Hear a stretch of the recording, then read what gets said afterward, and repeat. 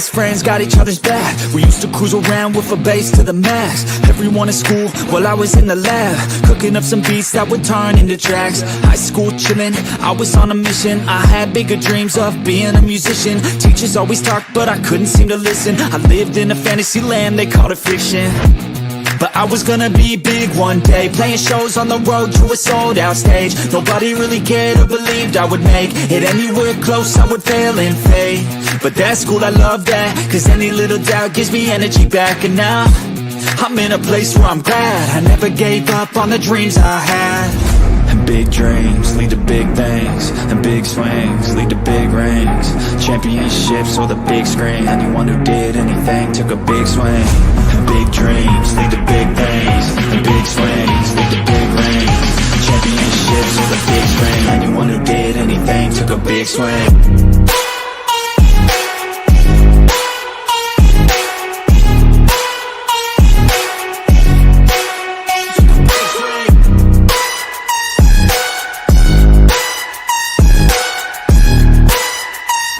Yeah, let's go. So if you want something big, you gotta swing fast, swing hard and commit. You might miss 10 times, but when you hit, just make sure that you get all of it, okay? People at the top took risks. Investing and testing is all that they did. It's not complicated, it just takes grit. So never give up, take a swing at it. And big dreams lead to big things, and big swings lead to big rings. Championships or the big screen, anyone who did anything took a big swing. And big dreams lead to big things, and big swings lead to big rings. Championships or the big screen, anyone who did anything took a big swing.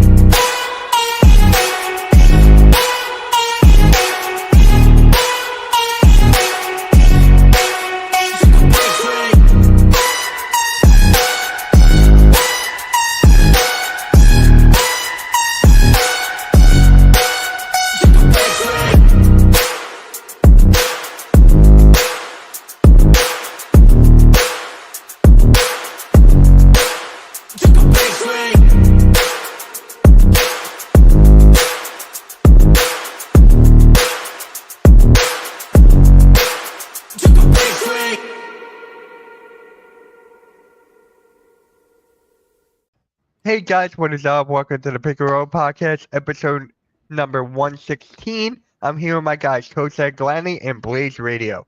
Rios will pop in momentarily. How you guys doing? What's up? Doing good. How are you? I'm doing good. Speaking of Rios, say his name and he shall appear. What is up, Rios? I guess. This isn't fresh off a Houston Cougar win like last week. Yeah, but really quick before I forget, prayers up to that Atlanta Hawks fan who actually tore his ACL during trying to make a layup to win some money. He falls and just holding on to his knee. He was stretchered out. So prayers up to that guy, man. It sucks. It really sucks. I don't know, Blaze, Rios, if you saw that. I did. Just for all those guys up 40 and up, stretch, drink a lot of water because we're not young anymore. Stuff like that's going to happen. Yeah. Blaze, did you see that?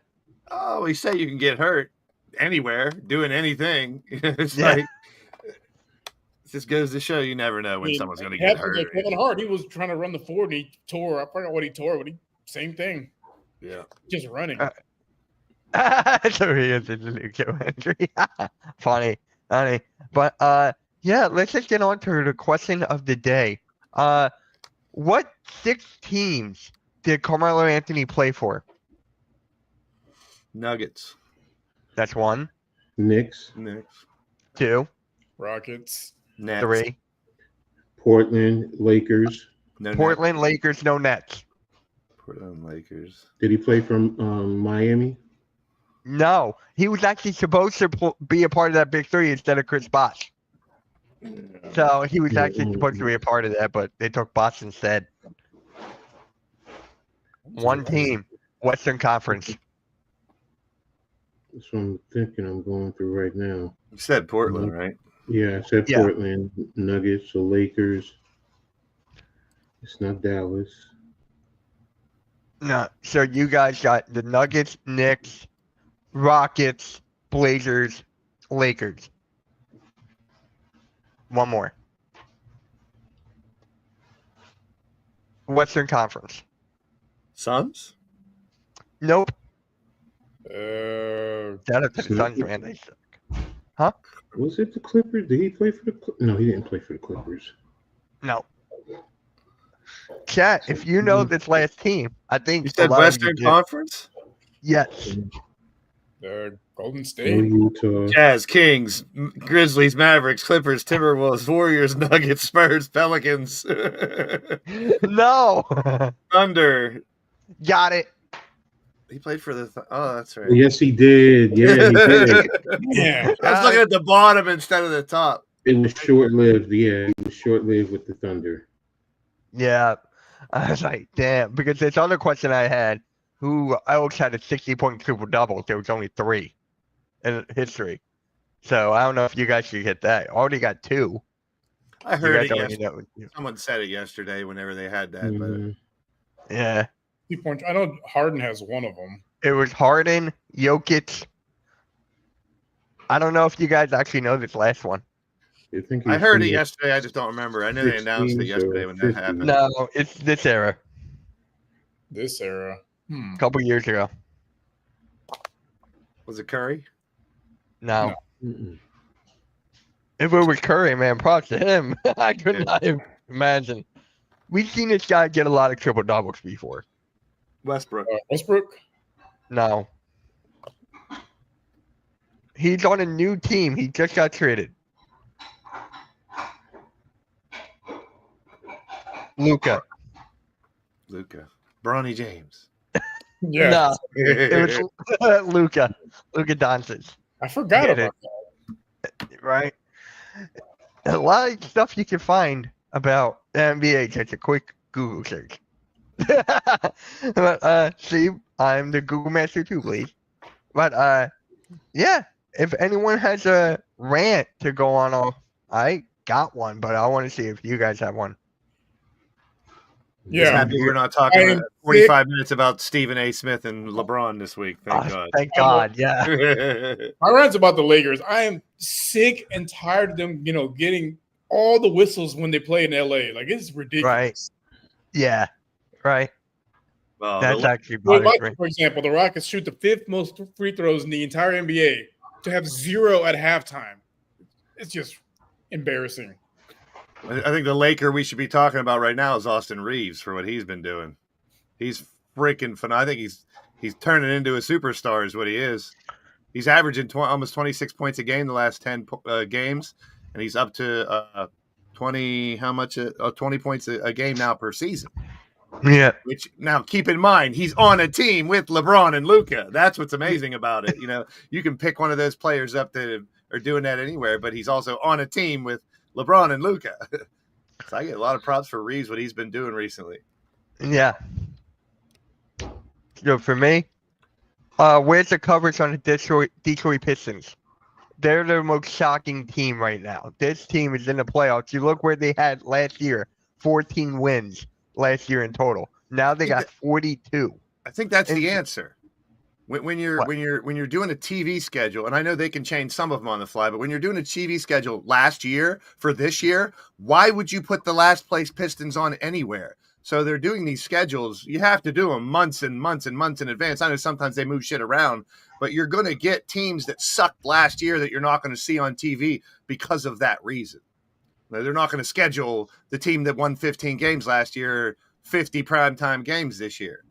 Yeah, but I'm just saying, like, not a lot of media coverage, like ESPN. They're not talking about the Detroit You're going to hear about the Pistons. Lakers every show, just like Rio said. I mean, you're getting every you're getting 5 calls. seconds. You're getting everything's about the big market, big name teams. Yeah. Detroit's making the playoffs. They're the 6th seed. Hey, Like- you want Detroit? If you want more, do more. Go far in the playoffs if you want to get talked about more. I guess that's Even I don't know, then, you hear more about Bronny James and the Lakers than you do the defending NBA champion Celtics. That won't even make a difference. Well, I think Michael Woodball put it best. Like in his industry, they care more about views and clicks than they do actual coverage of the sport, trying to grow the sport. just like sport media we've talked about for so long, how much that has changed now. It's about their personality, not just them reporting. It's more about their opinions nowadays than it is them just reporting on the news, on the sports news for us. So yeah, it's all Detroit. tons of blurred lines with a bunch of this shit. You got blurred Yeah. lines about, you know, why is this happening? Why is that happening? And the big looming question we've talked about for months was like, how do you fix the ratings in the NBA? There's no, fix it button. It's going to fix it. Yeah. Detroit's Little actually have, things go a long way, though. One, making it easier to watch your local team. It's like with baseball. I shouldn't have to sign up for 3 or 4 different streaming services just to watch that team that's in my Yeah. bag. Yep. I do agree on that. Coach? Yeah, no, Detroit's actually in the 5th spot. They're half a game in front of Milwaukee. Oh, okay. All right. So I don't know if they won last night or Milwaukee lost. So maybe They that's lost to the Thunder. I mean, I get your point, though, Mitch. I mean, this is a team that could make a nice run, and we should be talking about them, what they've done because they only won 15 games last year. It is a story. But, I mean, I think about it in television rights and stuff. It's like that's the same thing with merchandise because I've been in that in my life, too. I know how long it takes to get a logo printed, get it. I mean, it's a lot faster now than it was 20 years ago to get that stuff done. But, same thing with venues. When we talk about, all-star games or wrestling or other things, when they're trying to book places, they're booking them 6 months in advance. You can't just book a venue for an event next week. So that's why they announce all these all-stars and drafts years in ahead. Who's going to wear the draft and the, stuff's going to be the next year in whatever sport. But if you look at the history of them stinking year after year after year after year, and then they got Monty Williams and make him the most high paid coach in NBA history, they fire him within the season. And it's not like the Detroit franchise doesn't have a lot of success in their history. They do. I mean, they've had a ton of success in their history compared to maybe half of the league that's never felt that type of success. How many teams can literally say they've won back-to-back championships? It's a handful of There's teams. a couple that can have a lot of them, but after those high echelon ones, Detroit has to be up in there because there's not. I mean, Houston's done it. I mean, there's some teams that have done it. Lakers. You got to say Lakers, Celtics, Bulls are the first three. It's going to rattle off easily. Spurs are another team, and we've talked about this in the NBA ad nauseum because how the trends go in the NBA. You do see more dynasties or teams that repeat or teams that come back. Nowadays, not as much because of free agency and all the changes in the game every year. But historically, if you put NFL championship winners, NBA championship winners, and MLB champion, if you put baseball, football, and basketball title winners, you'll see, a lot more like trending. All the Lakers, all the Celtics, the Spurs, the Rockets, the Pistons, the Bulls. A lot of clumps in the NBA one. You'll see some of them in the other sports, but a lot more, I think, in the NBA. You'll see that. And then you look at Cade Cunningham this year. Cade Cunningham is having an MVP caliber season. I believe he's ranked like 4, 5 in MVP. I'd be surprised he gets some Detroit votes, some from Detroit press people or some. I wouldn't be surprised he gets some votes for MVP. Yeah. And he has to, too. I mean, it's a coming-of-age story because he was on the team last year. It's not, everyone deals with injuries and stuff, and it is a team sport. But this is a coming-of-age story, not a we finally got someone good story. He just needed time to mature. Yeah, he just needed time to show that why he was drafted number 1 overall. Like, injuries and just bad teams around him, people kind of forgot about him a little bit. And this year, we kind of run, hey, I'm that guy. Like, this is why I went number 1. And 1 year is great, but to me, it's all about consistency. Show me you can do it over more than one season. It's a big deal in the NBA when you want to reach that next level of competition, closer to that elite group. Yeah, and they had a really good signing of Tobias Harris filling in that role. Didn't work here. I still don't like him for that. Yeah, you heard me. I tweeted it out before, Blaze. You know that. He got hurt. He got hurt, too. Tobias got injured. Wait, what? I didn't even watch the game last night. Yeah, he got injured. I don't know how serious it is or nothing, but I heard his name. And the bells go off in my head now if I hear his name from last year. So I'm like, I was working on something. I heard Tobias Harris got injured. I'm like, oh, that makes sense. It feels like everyone, just because I'm a Sixer fan and my fantasy team took the same hit. Like my top 4 players are out. Now you're like fan. injury. Okay. I'm not using it as an excuse. It's a fact. It's just the fact that, my team that I cheer and the team that I've picked got hurt big time with the clump of injuries that we dealt with this year. Yeah. It's weird because if you go into the list of players and look at all the injuries this year, it does. I know it happens every year, but for some reason it seemed like more this year. Yeah. We talked about it before. Does. Pick a team that didn't have one of their starting 5 injured this year. Like I don't think there is a 5 out there. It's every single year. There's always an injury. It's always going to feel worse when it's your team. When it's your team getting barrage of injury, it's going to feel worse, definitely. The Sixers set the record with the most different starting lineups in a season. Crazy, but they should break some kind of record. Yeah, right. Carmelo Anthony gets inducted to the NBA Hall of Fame. I wish Randy was here. Randy's a big Melo fan. I know. Actually sent him that jersey I had, that Syracuse jersey. Yeah, I'm gonna message him and have him give me like a paragraph, and I'll read it off next week. Well deserved. I can't argue it one bit. The dude's an anomaly for what he did in the sport. We talked about how many 6 teams you said it was. 6, yeah. And even when he was older, he still had impact on the game. Like you could tell it wasn't the same Melo, but he could still go out there and just buckets and buckets in your face when he wanted to. I mean, he had that. The long arms on the jumper does help because not a lot of people, not many highlights you'll see of Carmelo Anthony getting his shot blocked. Let me put it that way, because he's one of those shoot at the height of your jumper type jumpers too, where he's using the whole length of his body when he does. I mean, he's just a great player, and the size he had compared, you go all the way back to his stuff at Syracuse when he was an eye opener back there, man. It was just like, who is this dude doing it all out there? I mean, Melo's one of the best pure scorers in league history. I mean, that's can't even argue that. That's just one. That guy had it all offensively. How many times did he make an All-Star game? He's one of those guys where it's like you love having those type of guys on the team, but you also be held very accountable for what your responsibility is on that team. Like he's not afraid to be vocal either. I mean, Carmelo knew he was that good, which is a good thing at that level. I think that helped his longevity in his career as well, in my opinion, just seeing how Carmelo knew he was good in high school, because I remember watching him and Bron when they came to Jersey, when Melo was at Oak Hill, and you knew you knew he was destined. And then when he committed to Syracuse, going to Bayheim, you're like, okay, it's going to take his game to another level. So. Sad.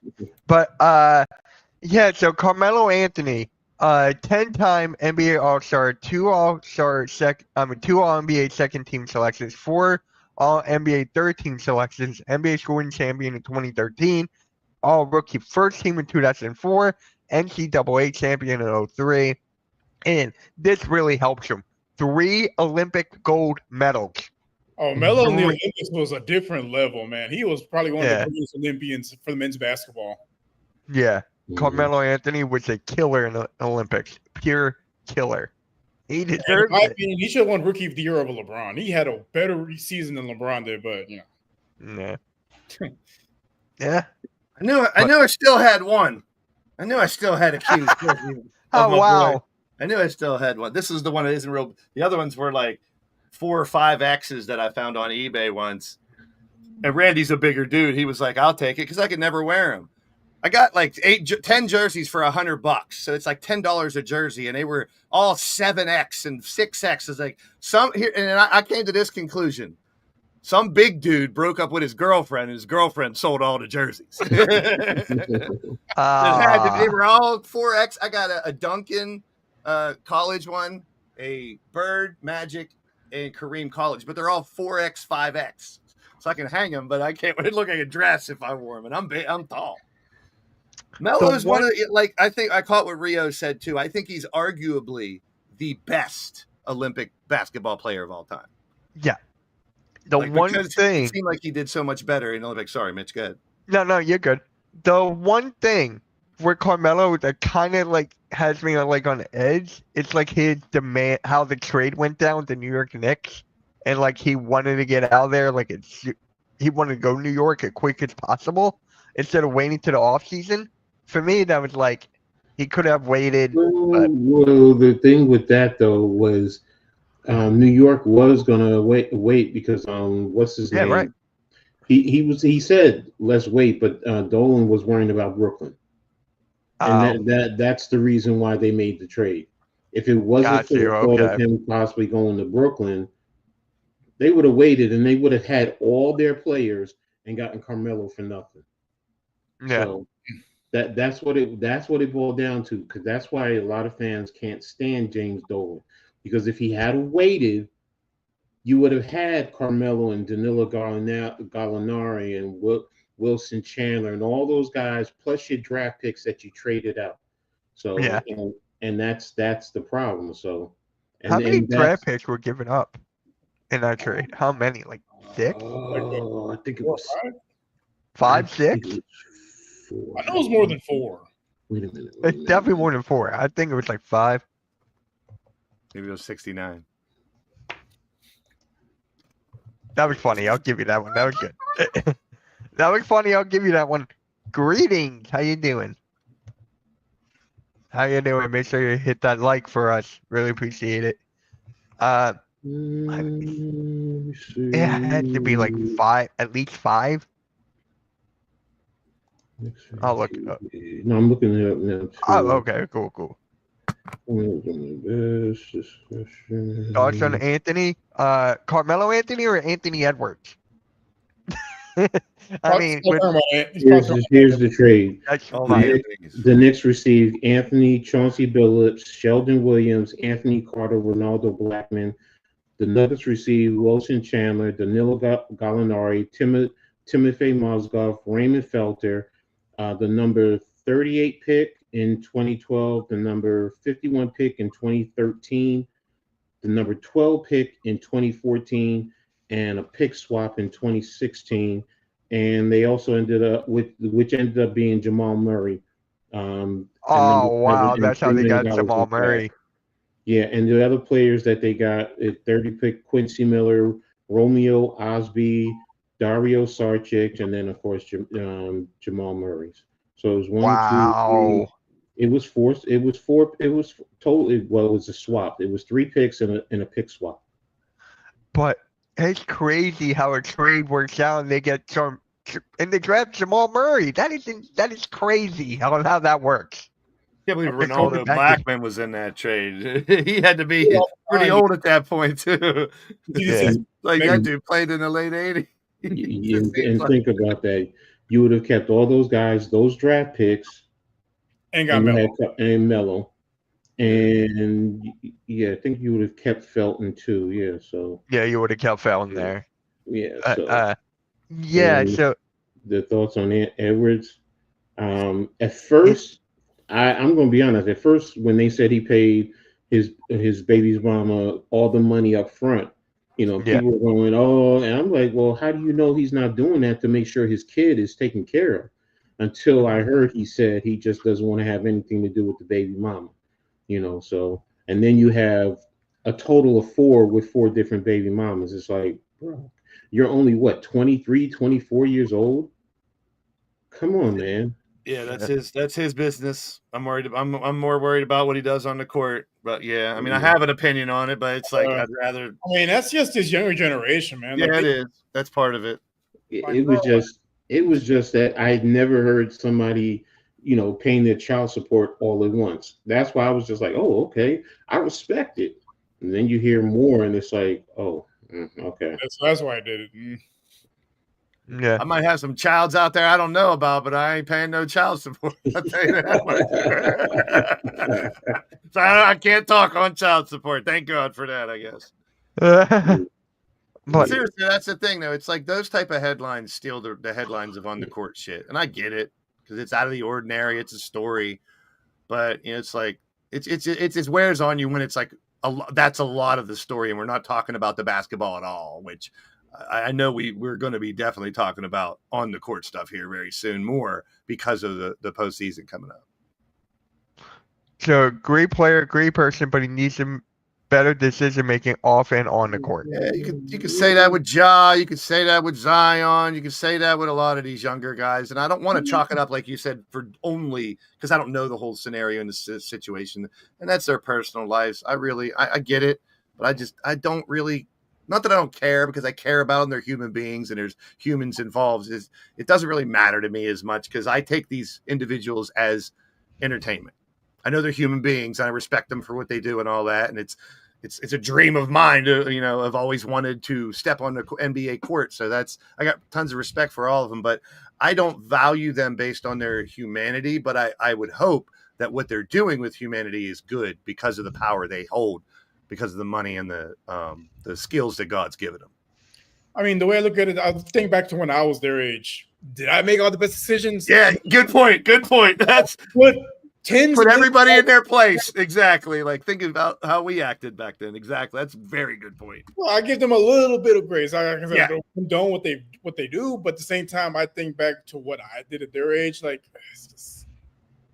We talk about the God complex. None of us, some of us may have had people praise us, but we've never had 20 years of our life or 10 years of our life being treated like kings and queens, like we talk about in college, in high school. You are the shit if you're the best player on the team.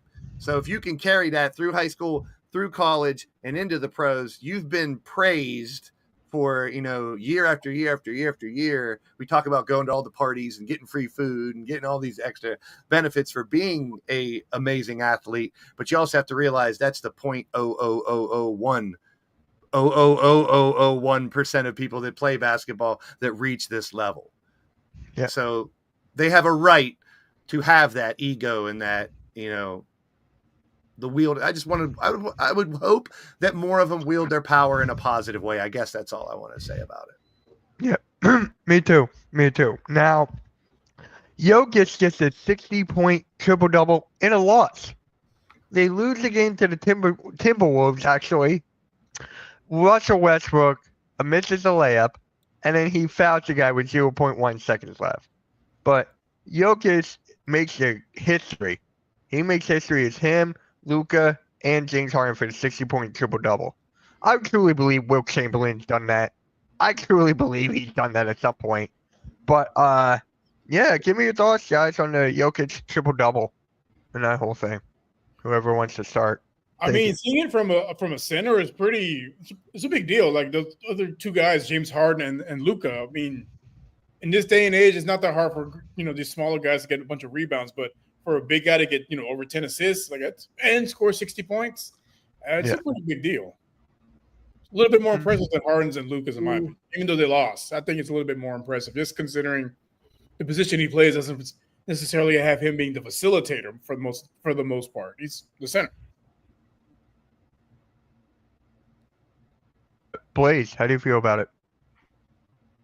This is a dude who, if you saw a picture of him when he was a teenager, a kid, you'd never think that he'd be at any professional level of any professional sport. He was the chubby little kid who didn't look like an athlete at all, who didn't play like, a lot of these players when they're in, first, second grade, they're throwing in team sports and stuff. This is a guy who's just size, naturally talented. And I don't know. I sat back and I said, over the last 2 weeks, this is SGA's MVP race to lose. But if this son of a bitch keeps doing this, it's going to be a lot closer than I thought. He is in the top 5 in all 3 categories. And that's phenomenal. It's unheard of. And just like Rio said, if you would tell me there's a player right now that is averaging a triple-double, the last position I would say was center. Kind of like what Rios was getting at there, too, because this guy's a unicorn, an anomaly. He's something that we may never see again. He's everything that Embiid was supposed to be. Yeah. A big guy who could still pass, who could shoot the rock, who could, bury you on the block. Jokic, if he continues this pace, will be one of the 10 best players of all time, if not higher. At this rate. Some people probably already have him up there, and that's tough, especially for me to put him in a top 10, because I'm not really a big fan of his. I just respect someone out of the ordinary. We talk about the anomaly of Wemby, seeing that player that looks like that do what he does. It's different, but it's the same. When it comes to Jokic, I get that same vibe. It's like a guy that looks like that should not be able to do what he's doing. And I like the razzle dazzle. We just talked about it the other night. Where is the Havliceks and the Magics and the Birds, the behind the neck passes in between the legs and Jason Williams off the elbow, shit like that. This is the most, you could lay 150 NBA players and say, who's the one that threw the no look pass or the alley oop? You would probably pick him almost last in all the 150 NBA players that think this is the guy that's dishing out dimes and dropping threes on people. You know, the hook shots, the post, you know, we've seen that for decades with a guy that looks like him. He's on another level. I don't know how to explain it at this point because it continues to happen. I said it earlier tonight. One of the keys to me is longevity, consistency. And he's been doing it like this for the past couple of years now. When his team won it 2 years ago, last year he still did it. This year, I still think SGA has to, even in the last few games, somehow, I don't know what he could do to give up this MVP. It has to be his. But if Jokic is finished and he is at 12.8 rebounds, I don't see that dropping under 10. The assists are at 10.2. Now, I know we're talking very minor personal stats because it is a personal award. And I also have always taken MVP literally. Take that player off the team. Is he the most valuable to that team? I can't say no to either SGA or Joker. There's no wrong answer. But the more it's getting closer and closer to, I don't know who's going to win at this point. Right? I think it is, just like we're saying, it's SGA's to lose. But this is crazy shit we're seeing with Jokic, and we should be talking about it a lot more. It's because a center averaging a triple-double for the season, like, I mean, just if you had asked me 20 years ago if anyone would ever average a triple-double, I would have said no. I would have literally said no. No one's ever going to average a triple-double. No. I mean, we would, the Hardens and the Westbrooks do it. We were amazed when centers would get, triple-doubles or quadruple-doubles with Hakeem and David Robinson, but, like, averaging for an entire season, I thought I would never see it in my life. Not from the center position. And because it's going to be like you said with Carmelo. You look back at Carmelo's stats in his whole year, his rookie year, and if you don't know who LeBron is now, and you just say, here's 2 sets of stats to a random avid basketball fan, say, who would you vote for rookie of the year? That's kind of how I'm feeling now with Joker. It's like we're going to go back and be like, sure, SGA was the no doubt leader of the best team all regular season. 32.8 points. Giannis is at 30.4, and I'm only talking offensively. Thunder, we know, is a great defensive team too. That's why they're in the position they're at. But if we look back and say, but Joker was he's top 3 in all 3 right now because he's 3rd in scoring and rebounds, 2nd in assists. 2nd in assists, people. We're talking about Joker being 2nd in assists in the entire NBA. This is incredible stuff we're seeing, and we should not ignore it. We should talk about it for decades and decades. And here's the thing. Just like we talk about Luka, these dudes ain't done. We're not talking about players that have had tons of injuries or late in their career. They're not done. They can have years left of doing what they're doing. It's amazing. Like both these guys, they're in their mid-20s. Yeah, exactly. It's insane. I would think Joker's like 35 or something.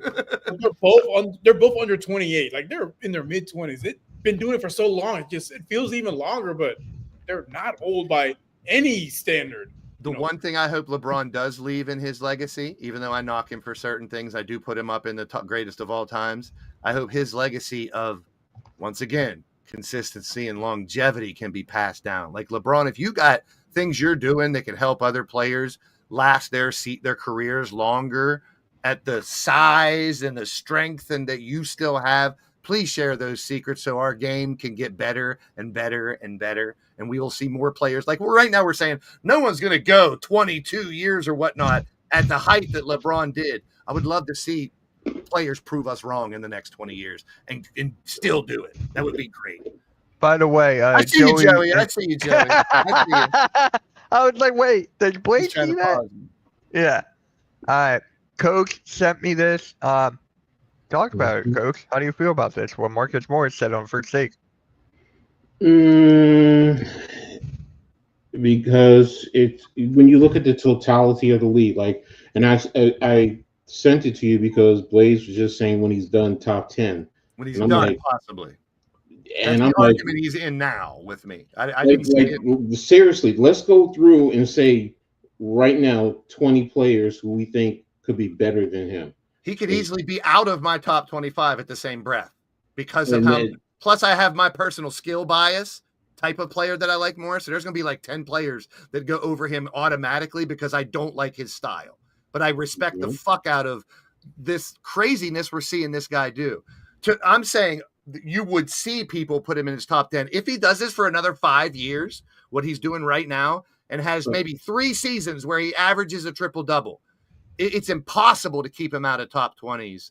But it's also, you got personal bias and stuff in there, like, too. Like, I would have probably 10 to 12 players that a lot of people say they're not in my top 25, but they're in mine. So that's fair. Go ahead, Mitch. So let's break it down with the centers, right? You got Wilt, Kareem, Shaq, and Bill Russell. Then you got Olajuwon. Then you got Jokic. You can put David Robinson right there as well. Is there any other centers that I'm forgetting? Morning. Shaq, Did you say Morning? I did not say a lot of Morning. I did say Shaq. I did say Shaq. Yep. Morning, Ewing. I did not say Ewing. Okay. One. I mean, I throw Moses Russell. Malone. Did you say Russell? Moses Malone. Yeah. I did not say Moses Malone. I throw Moses in all those conversations, and that's kind Did of. you say Russell, Mitch? I did say Bill Russell. Yeah. Okay. And we're like, I can easily name a dozen centers that I could arguably put over him. What's his name? Who first played with the Lakers when they were in Minneapolis?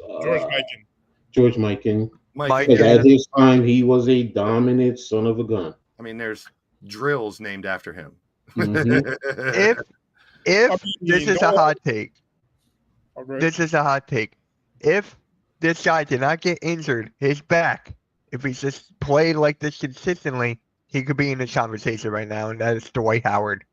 Oh yeah. If Dwight Howard did not get injured for Orlando, that was a beast. That was a different animal. He was dunking on a 12-foot net. Joey, you're correct. Matt can't talk about great centers of all time without Matt Geiger. So in the top 20, anyone's top 20, how many of those guys have 3 league MVPs?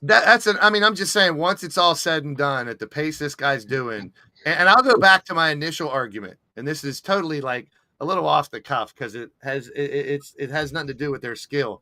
Look at the guy. He doesn't look like he'd be in this conversation. All those other centers you named, they look like it. This dude looks like some schmuck.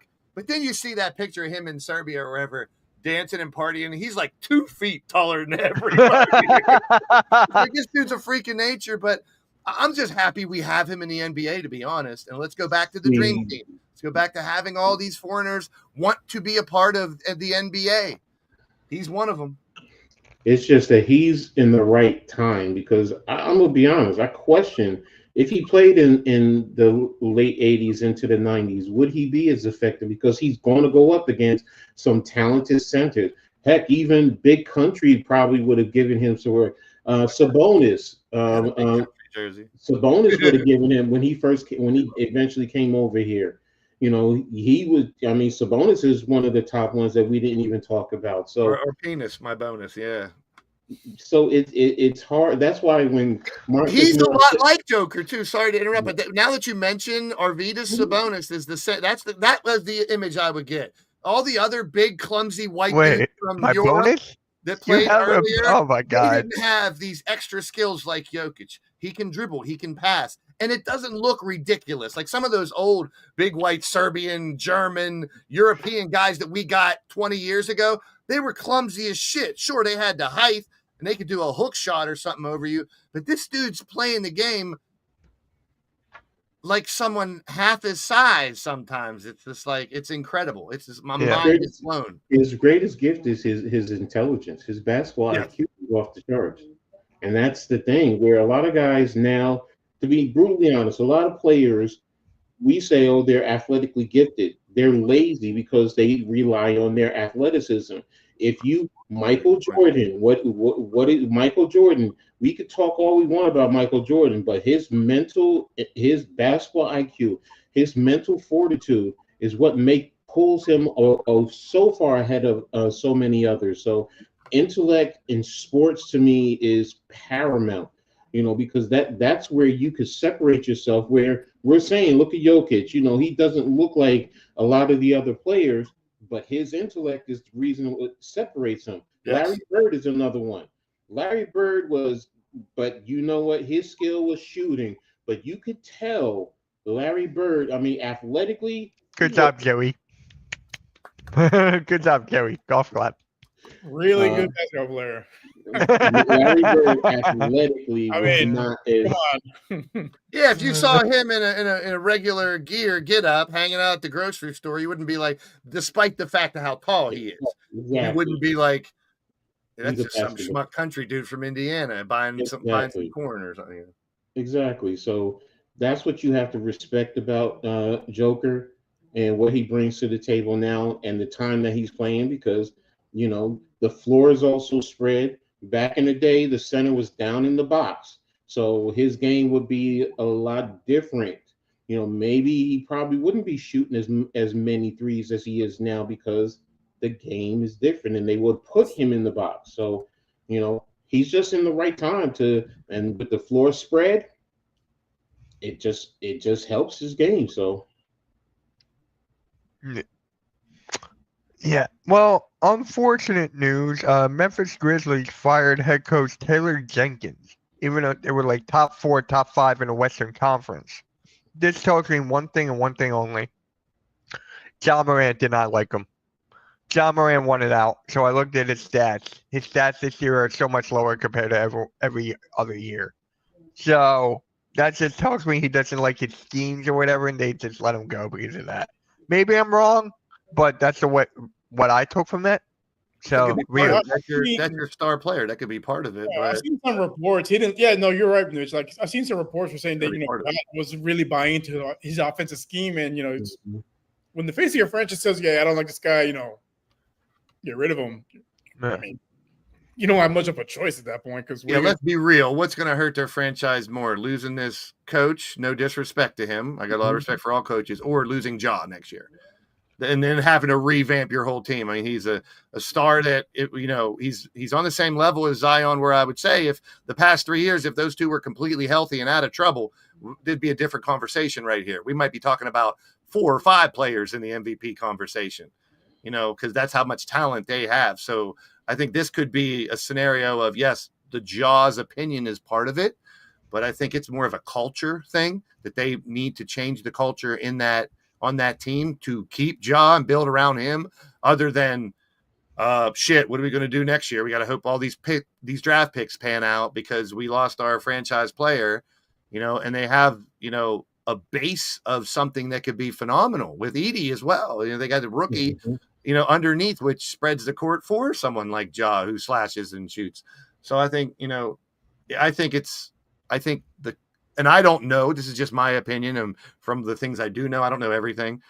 To me, it seems like more of a, this coach doesn't fit what we want to do type of thing, and what our players are here to do, which I hate seeing anybody lose their job, because he's not like a world-renowned coach that's easily going to get another job. You know what I'm saying? So it's like, who knows? Yeah. Coach? I'm with you, man. I said, when I saw it, I'm like, okay, something's up between him and Ja Morant, because I'm saying they have a winning record. So why would you get rid of him now? But basically, that's what I said. I mean, Ja Morant, and you can say whatever you want about, his incidents and the trouble he's been in. Bottom line is, when Ja Morant is on, he galvanizes that franchise, man. He really does. So, and if you don't get him bought in, I think RQ has a very, very, very good point. I don't know if he even realizes it. They fell to a 3-way tie for 6-8, and here's where I would go with that. Possibly this franchise is seeing it slip, and they may have had it in the back of their head that this coach might not be the right one, but now that they're slipping, they want to try to fix it before a fall.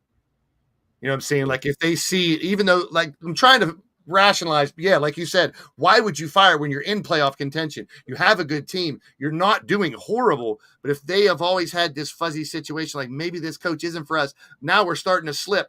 We can't afford to hope he fixes it. Let's step in and be proactive instead of reactive. And when it's too late and the team falls apart and Jaw wants out, then you got even bigger problem. I would argue, yeah, I agree with that part, but doing it 2 weeks before the playoffs, save the slip before the fall. I'm just trying to make sense of it. That came to me within the last 2 minutes. I haven't even really thought of it. That's just short term. This is also a long term thing too. So yeah. I get it. I get what you're saying in the short term. Ja doesn't like him. Okay, after the season, no, you don't want to do that because, like Blaze is saying, that you may keep dropping in the playoff situation, and that also affects it. So you know what? Make the change now. But this is also a long-term thing. So, and guess what? It's a destination that certain coaches are going to want to go to because of the talent that is there. So it's not like, okay, they're a bad team. Coaches are going to say, hey, here's my resume. Can I get a shot? Let's have an interview. Let's talk. What are you guys trying to do? And any good coach, and I learned this at a very young age as a coach. That's what I mean, Arku. It's too late then. That's the type of team that can make a run in the postseason. If they lose in the first round, you have done it then. That's my point, Arku. Do it now before your team slips and loses in the first round. They may still lose in the first round, but thank you for proving my point, Arku. I mean, in the West, yeah, because the rate they're at right now, they're playing one of the top 4 teams. Yeah, exactly. So this is the schedule of the Memphis Grizzlies within half a month. Loss, win, loss, win, 4 losses in a row. So that tells you right there. They have 8 losses in the last 10 games. Yeah, they're slipping, and you got to try to save the ship before it sinks, apparently. And maybe that's what I give them. They're the brass that are doing it, so they know more than we do about it. I don't know what the truth of this is, but they were talking about on McAfee, I think, yesterday or earlier today.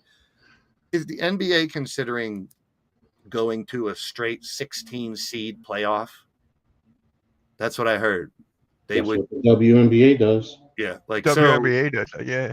Even if we're saying the Western Conference has 8 teams that are great and there's only 3 or 4 in the East, they're going to completely get reseeded 1 to 16. 8. I think more fans will watch too. I think more fans will watch because you're going to say right now one conference is weaker and you're getting more teams in, and on the other side, you're going to have teams that probably would get in over those teams in the other conference. May get one of my biggest pet peeves is those teams with losing records out of here. Mm-hmm. And that comes with the play into when you put those extra 4 teams in, you're going to have a team that's 500 or a little bit below. That gets rid of the plan. That gets rid of the plan. Exactly. I like that. I would play in first before you go to the 1 through 16 because I don't know. It's just.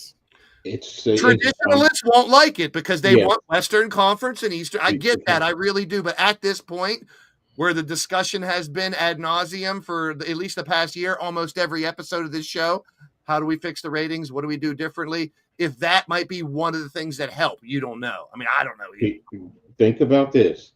The women's game is blowing up. The WNBA is blowing up, and they've been going to the 1 through 16, and it's increasing viewership because fans know you're getting the best teams in the playoffs.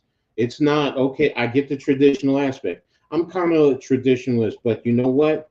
I've gravitated to getting the best teams because you're getting the better quality of basketball being played in the playoffs.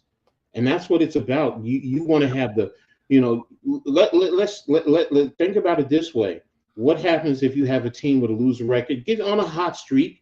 Yeah, they go all the way and they win the championship. Then that argument for they should have been in it because they're that good. They played better late, or they maybe like say it was the Sixers. Let's use this argument. What you're saying? Embiid's out, Maxi's out for the first half of the season. They're terrible. Then everyone's healthy for the second half, and they make a huge run. Mm-hmm. They're not top 4, so they're playing away and everything, and they make a run in the playoffs. based on, an extenuating circumstance like that. It's a meritocracy is what you're getting at, Coach. It's the fact that we're going to take the 16 best teams no matter what. We're going to have the 16 best teams. We're not going to say these 5 teams did good enough to try to get in, which that was the philosophy when they started to play in. And I think it's okay to switch back at this point. I really do. Did you have to use the Sixers as an example right now? That's the first example that makes total sense because of the talent. I wanted to use an example with a lot of talent, but the talent's not there for half a season. And for them to still make the postseason and could do damage, that was the first example that popped in my head. Yeah, you want to hear something? In my lifetime, I've only seen one team that wasn't a top 4 team win the championship, and that was my Rockets back in '95. But they were a 6 seed. They had a chance. They would have missed the playoffs as champions, but they made that trade to get Clyde Drexler. They turned the whole season around and they went on a run. So it's doable, but it's tough. Yeah. So, Blaze, really quick. Remember how yesterday during my live stream, I was ranting about they should what's the word? Shut down Maxey. The day later they do that. Like I told you, I think they already were. I think they already were. They were just, and with a player like that, listen. Okay, it's a personal bias once again because he's like my favorite player, and I got money invested in him. A player like that, if he can play, even if it's 10 last games, that can affect so much to that player. Like Maxey's a made man already, but what if it was someone teetering from stardom, and then there's 10 games they play, so. I do not, and I will not. I know other people do. Mitch in halftime, I've heard you do it. Knocking the medical staff of teams and stuff. That's one of the most ridiculous arguments I've ever heard. Name one of the medical staff of the Sixers. Name one. You can't. That's the thing. That's the whole thing. So we're talking about stuff we have no clue on how they're doing it. To say that a team has a bad medical staff because their team had a lot of injuries is fucking ludicrous. There's my rant for today. That's stupid. It's not the medical staff's fault that people got hurt. They're there to make them healthier and protect them. Just because they get hurt, you can't blame the medical staff. Or that the medical staff isn't trying to get everyone healthy. And that's what there are situations where they could not get healthy here. They can get healthy in another team and they ball out. You always play hoping that your players are going to be I know. Healthy. I'm right there with you. Well, then you guys are the ones that are saying, they knew Embiid was hurt and they still signed the extension. Okay. I mean, if you knew who was hurt, why would you sign him an extension then? Because that's just my thing. He wasn't hurt. Yes, he was. Yes, he was. But what? He wouldn't have played during the Olympics. He wouldn't have played if he was hurt. Joel Embiid would play no matter what. He wouldn't have played. It's not only his decision all the time. It's not always the player's decision, especially in a Olympic event. Hello? Yes. Oh, okay. I thought everyone went quiet for a second. I'm like, what the hell? I mean, I don't buy this. They knew he was hurt and still signed an extension. That's ridiculous. That's dumb. Okay. They knew he had an injury possibility, but he wasn't hurt. These guys are tested all the time. Like, they're not going to throw people that are hurt out there. And I'll get very intricate. These are billion-dollar corporations and people. Pinkies matter. Toes matter. Okay, big toes matter. I mean, it's just like people bitch about someone on their shooting hand having a problem with one of the fingers. Have you ever shot a basketball repeatedly? Yes. With a broken finger or torn tendons? Doesn't feel good. I'm sure it doesn't. I don't even know when I'm saying it doesn't. Let me they have to protect the health of the players. Let me ask you a question, Mitch. Okay, because when you use the word hurt, right? Because as a coach, we say, "Are you injured or are you hurt?" Difference. Yeah, there's a difference. Big difference. And what Blaze is saying in terms of the money, if there's a serious injury, they're not going to pay them that money, because they're going to go through all the testing, because they're going to knock down the contract, the value of the contract. But now if he's hurting, okay, we could deal with that, and it's well worth it in that regard. So I'm playing on the word. I'm being very literal with the word. And no one's defending Joel. It's the complete opposite, actually. No, that's not what I'm saying. Take out Joel. Let's not even talk about Joel Embiid. It could be any player.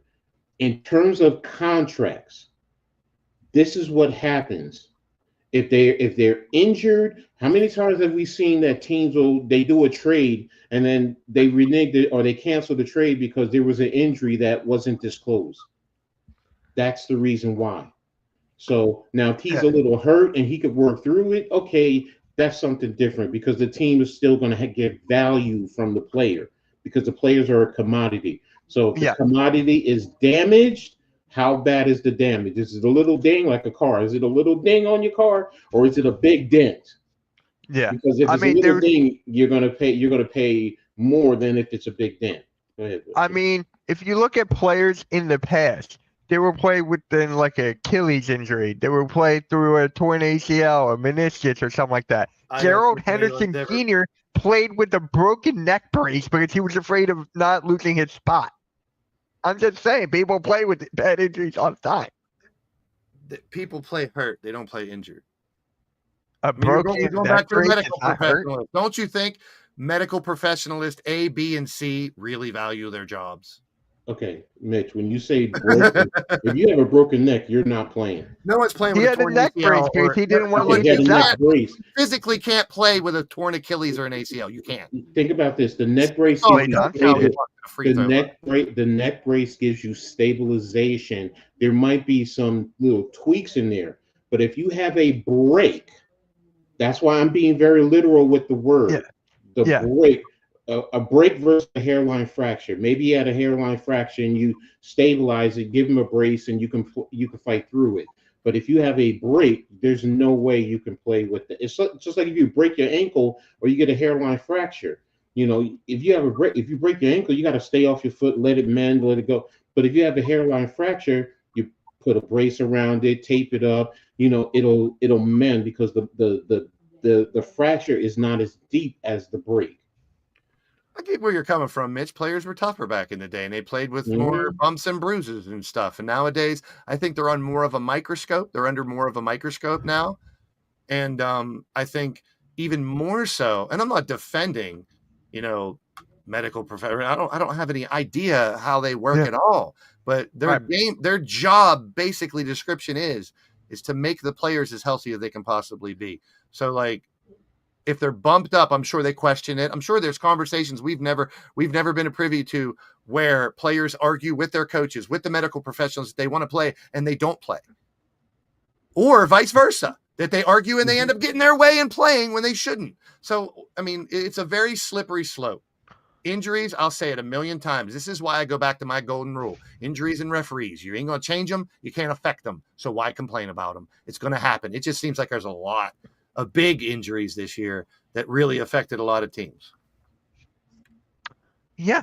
I'm looking for that one NBA team that didn't lose a starter this year. I don't think it exists. We'll try to figure it out next week. Speaking of, I guess, going off what you just said, there was a fight in the NBA with the Pistons and the Timberwolves? That big scuffle. Go figure. Isaiah Stewart gets the most suspension and was involved the most. Go figure. Who?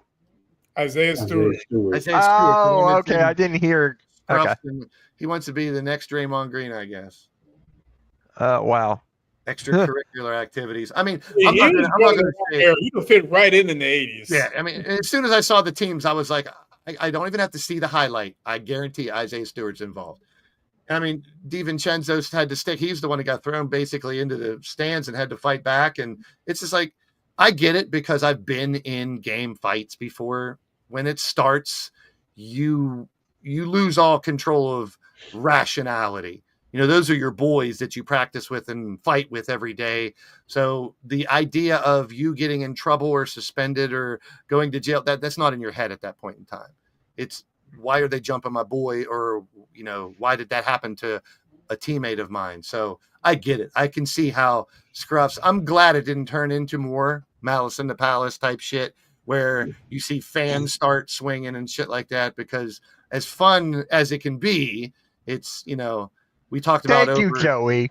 We talked about over All-Star Weekend. That's the wildest thing I've ever seen in my lifetime. I ain't gonna lie. People were talking more about the fights before the hockey game than the NBA dunk competition and stuff, which I'm like, I get it. I get that part. The viral videos and all that bullshit. So fights are going to be very popular. Yeah.